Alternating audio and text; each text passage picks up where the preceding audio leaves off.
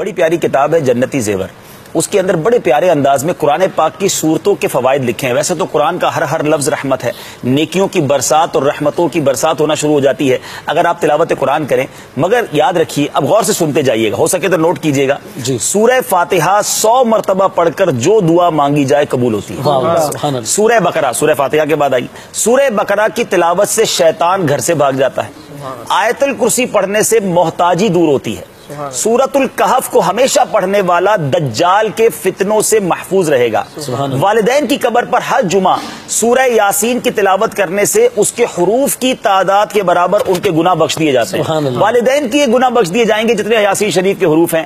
سورہ الدخان پڑھنے سے مشکل دور ہوتی ہے، اور جو قریب المرگ ہو یعنی آخری وقت کسی کا چل رہا ہو، سورہ الجاثیہ کا دم کرنے سے اس کا خاتمہ بالخیر ہو۔ اچھا، سورہ حجرات کا پڑھنا اور دم کر کے پینا، سورہ حجرات کا پڑھنا اور دم کر کے پینا گھر میں خیر و برکت کے لیے مفید ہے۔ سورہ قاف پڑھنے سے، ہو سکتا ہے مجھے کچھ باغ والے کسان بھائی بھی سن رہے ہو تو سنیے، سورہ قاف پڑھنے سے باغ میں پھلوں کی کثرت ہوتی ہے۔ سورہ رحمان 11 بار پڑھنے سے تمام مقاصد پورے ہوتے ہیں۔ سورہ واقعہ جو شخص روزانہ پڑھے گا اس کو کبھی فاقہ نہ ہوگا۔ سورہ ملک کو ہر رات میں پڑھنے والا عذاب قبر سے محفوظ رہے گا۔ سورہ مزمل کو 11 بار پڑھنے سے ہر مشکل آسان ہو جاتی ہے۔ سورہ المدثر کو پڑھ کر حفظ قرآن کی دعا مانگنے سے قرآن کریم کا یاد کرنا آسان ہو جاتا ہے۔ اب جو حافظ ہو رہے ہیں یہ سورہ مدثر کو پڑھ کر حفظ قرآن کی دعا مانگے تو انشاءاللہ قرآن پاک پڑھنا آسان ہو جائے، یاد کرنا آسان ہو جائے گا۔ سورہ النازعات پڑھنے سے جاں کنی کی تکلیف نہیں ہوگی۔ سورہ الضحیٰ پڑھنے سے بھاگا ہوا آدمی واپس آ جائے گا۔ سورہ علم نشرہ کو جس مال پر پڑھ دیا جائے اس میں خوب برکت ہوگی۔ اچھا، سورہ التین جو ہے 3 مرتبہ پڑھنے سے اخلاق و کردار بہترین ہوتے ہیں۔ سورہ علق میں جوڑوں کے درد کا علاج ہے، چلے میرے بزرگ بھی سن لیں، سورہ علق پڑھتے رہا کریں، جوانوں کو بھی ہو رہا ہے۔ سورہ قدر، سبحان اللہ، کتنی آسان، جو صبح و شام پڑھے گا اللہ عز و جل اس کی عزت بڑھا دے گا۔ سورہ البینہ برس اور یرکان کا علاج ہے۔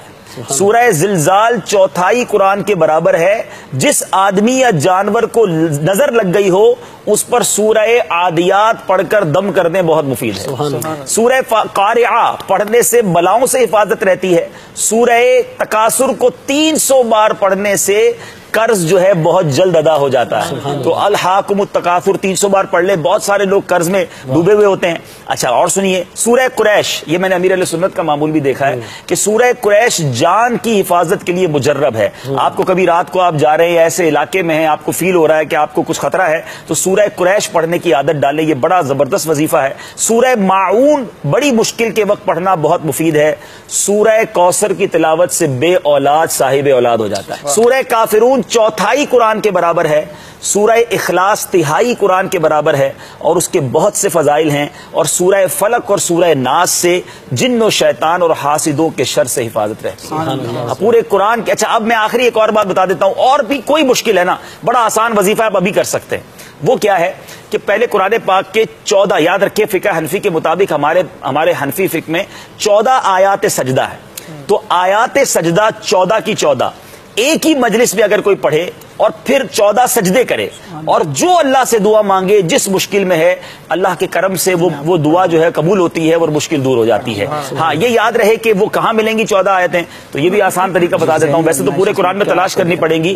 امیر علیہ سنت کا بڑا پیارا رسالہ ہے تلاوت کی فضیلت، یہ آپ ڈاؤن لوڈ کر لیں مدنی چینل کی ویب سائٹ سے، یہ میرے پاس تو موجود ہے۔ اس میں یہ 14 آیتیں ایک طرف کر دی گئی ہیں، رسالہ کھول کے 14 آیتیں پڑھ لیں، 14 سجدے کر لیں اور پھر دعا مانگے۔ الحمدللہ میں نے بھی اس پر عمل کیا ہے اور یہ بڑا زبردست وظیفہ، ویسی دل مطمئن ہو جاتا ہے میں قرآن کے ذریعے دعا کر رہا ہوں۔ مجھے اپنی اور ساری دنیا کے لوگوں کی اصلاح کی کوشش کرنی ہے انشاءاللہ۔